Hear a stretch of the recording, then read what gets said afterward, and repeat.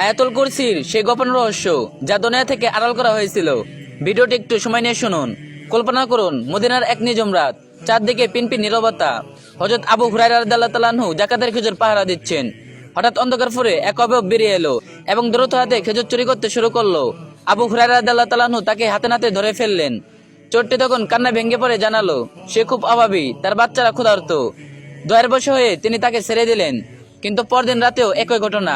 এভাবে টানা 3 রাত ধরা পড়ার পর আবু হুরায়রা রাদিয়াল্লাহু তাআলা আনহু যখন তাকে আল্লাহ রাসূল সাল্লাল্লাহু আলাইহি ওয়াসাল্লামের দরবারে নিয়ে যাওয়ার জেদ ধরলেন, চোরটি প্রাণ বাঁচাতে এক অবিশ্বাস্য গোপন রহস্য ফাঁস করে দিল। সেই রহস্যটি কি ছিল?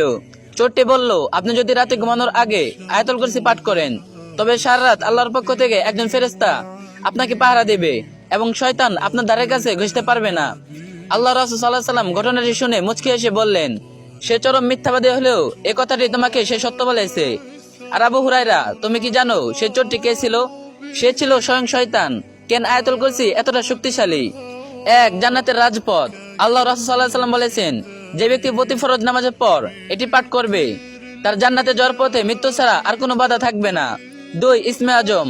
এই আয়াতের ভিতরে লুকিয়ে আছে আল্লাহর সেই বিশেষ নাম আল হাইয়্যু আল কাইয়্যুম, যা দিয়ে দোয়া করলে আল্লাহ কখনো ফিরে দেন না। 3 নিরাপত্তার দেওয়াল। ইমাম গাজালী রহমতুল্লাহ আলাইহি এক বুজুর্গের কাহিনী বর্ণনা করেছেন, যিনি আয়াতুল কুরসি পড়ে নিজের চারপাশে এক বৃত্তি টেনেছিলেন। সারা রাত বনের হিংস্র পশুরা সেই বৃত্তের বাইরে ঘুরঘুর করলেও ভিতরে ঢোকার ক্ষমতা পায়নি। আমাদের জন্য শিক্ষা। আজকের ব্যস্ত জীবনে আমরা যখন দুশ্চিন্তা, ভয় আর ডিপ্রেশনে ভুগছি, তখন আয়াতুল কুরসি হতে পারে আমাদের মানসিক শান্তির সবচেয়ে বড় অস্ত্র।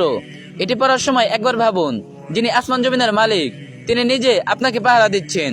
চলুন একটি চ্যালেঞ্জ নেই।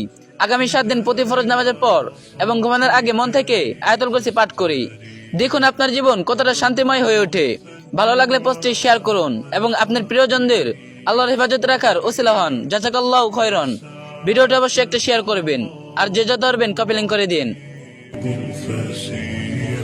فبالله كم